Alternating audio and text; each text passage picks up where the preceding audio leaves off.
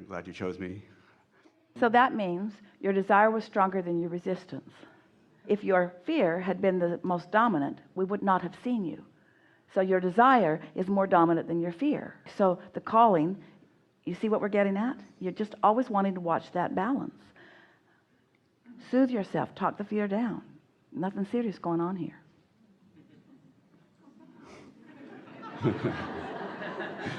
Okay. So I've been working to create, quote unquote, the job of my dreams. I went back to graduate school and got a master's in astrophysics. And I've been trying to create this, something just where I love what I do, where I'm working with people that love what they do, where... So the job of your dreams, given what you've heard us talk about here, the job of your dreams keeps expanding, yes? Because you can't stall out. So it's open-ended. Yes. The ideas keep flowing. Yes. You get to dovetail with other brilliant people in a collaborative fashion where great ideas can really hatch. We can see why you'd call that the job of your dreams. We'd call it the most realistic thing that we've ever heard from anyone. Doesn't feel like a dream, it feels like a sure thing to us. But in the process, I can't see myself there. What I feel is, I feel anxious. Well, then don't try to force it, because if you try to see yourself there and can't, then you practice not being able to see yourself there. So you got to back off from it a little bit and be more general about it. So what can you see? I can see the ideas. I mean, I can see the beauty. I'm fascinated by the beauty of the universe and what's possible. So here's the thing. Remember, step one, you already launched it. You don't have to do that again. You already identified what the job of your dreams is. Step one is done. So you don't have to go back and revisit that. So now, step three is what you got to do.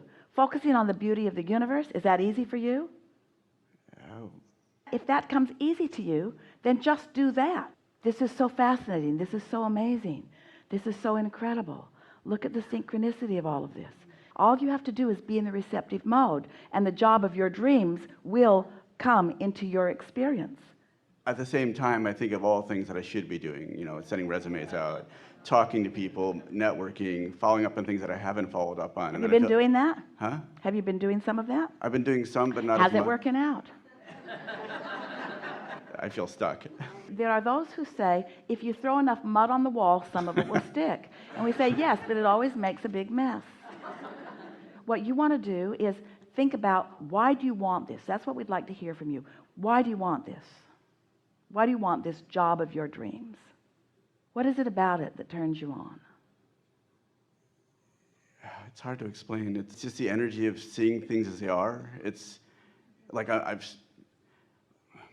because I love the feeling of expansive thought, and I love getting to look at something differently than most others can see it. I love the mind expansion that is required in this. I love the free flowing of thought around it. I love the bigness of it. I love the massiveness of it. I love the wholeness of it. I love the perfection of it. I love the wonder of it. I love the amazement of it. I love the co-creative genius of it. I love the unknown of it. Yeah, and something else comes up. Yes? It's a connection. It's when you see these things, I don't know how to explain it, but when you see these things in the universe... Well, we do. It's what we're talking about. That's that alignment. That's what that alignment is. That's that feeling of seeing the world through the eyes of Source. Just catching glimpses of the way it all works, of the way creation happens. How do you think all of this came into being? Exactly in the same way that we're trying to help you get a car in your garage.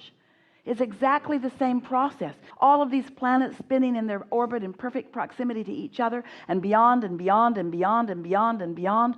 All of that thought vibration that with attention to it became actualized, and with attention to it became actualized in a rhythm of perfection. Everything always working out to perfection, you see. It's no wonder that it's thrilling to you to gaze in the direction of that, to look upward and outward and onward. It's no wonder that that's thrilling to you, you see. And what feels bad to you is when you come back from all of that and try to figure out how to put a resume together.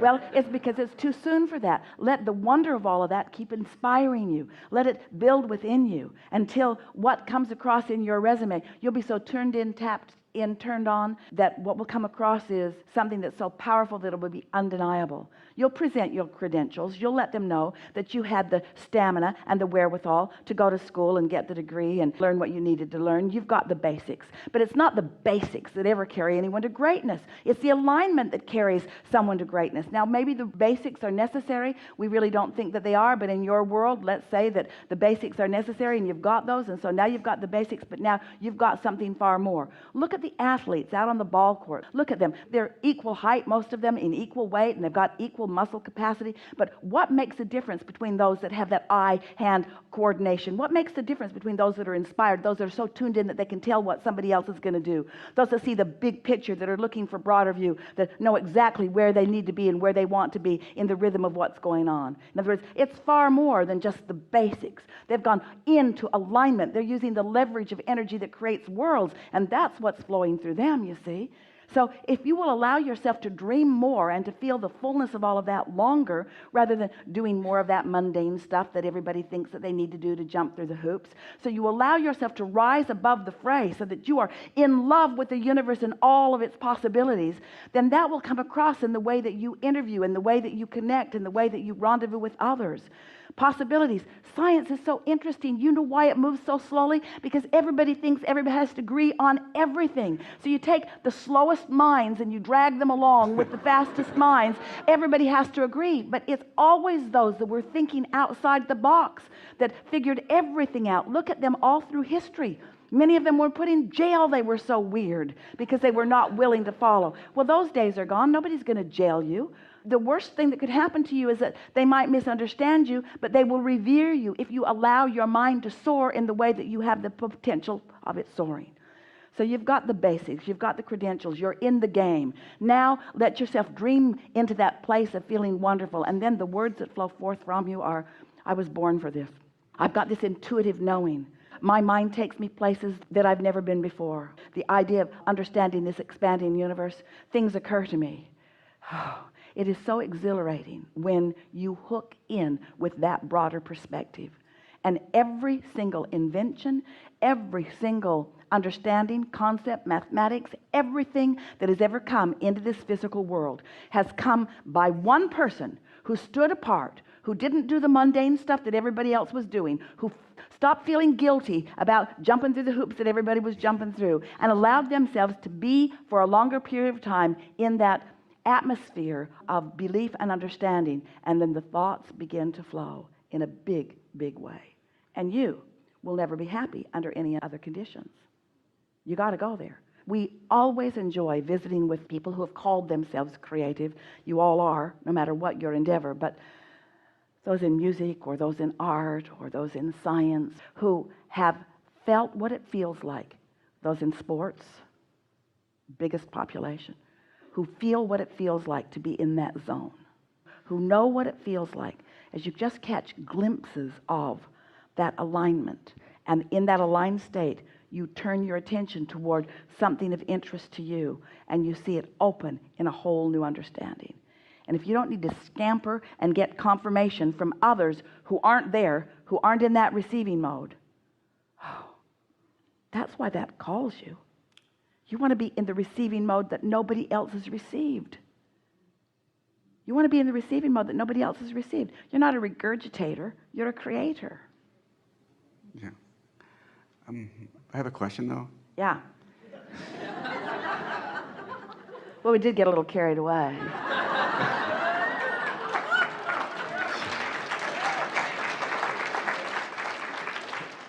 So I agree with everything you say, except there's one thing that kind of sticks with me. When you say you have the credentials, when I talk to people in the field, I have a master's right now, and they're like, but you don't have a PhD, you don't have a postdoc. There are all these hoops that people tell me, well, we can't consider you because of these reasons. You know, or you don't have this programming experience or whatever it happens to be. And then I get stuck because I'm like, well... Then you're talking to them too soon. You're talking to them too soon. When you're in that state of alignment, you carry a credential with you, a vibrational credential.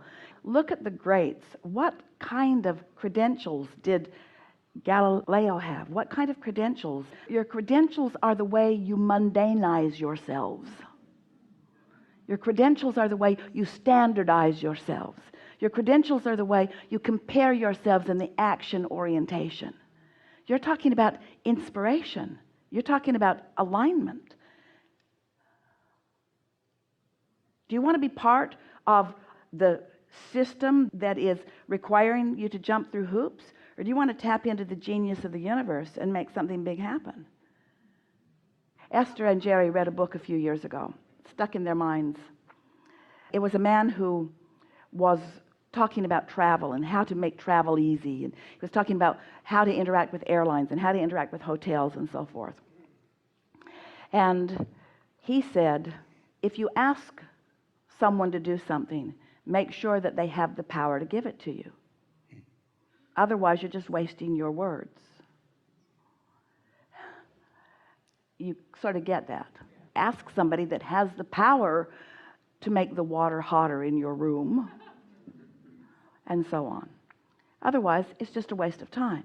So we'd like to reflect that to you by saying, when you ask those who are willing to play in the world of mundaneness to give you your certificates, then you've sort of relegated yourself to a different game than you want to play in.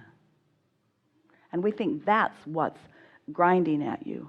Because we don't believe that if you were a basketball player that you'd go and you'd say, I've never played, but I would like to play in the NBA, and expect to be able to play. But that's not what's going on here. You have far more vibrational credentials than you are giving yourself credit, and you're letting someone else that doesn't understand how to feel who you really are in relationship to what you really want. This is the thing that we're saying to all of you all of the time. You're looking for love in all the wrong places. You're looking for accreditation in all the wrong places. You're looking for it from other humans who cannot give it to you. Go to your source and your source will give it to you. You're looking for confidence. You're looking for clarity. You're looking for stamina. You're looking for vitality. You're looking for genius. You're looking for information. You're not going to find it there with them. They're moving paper clips around. That's their job.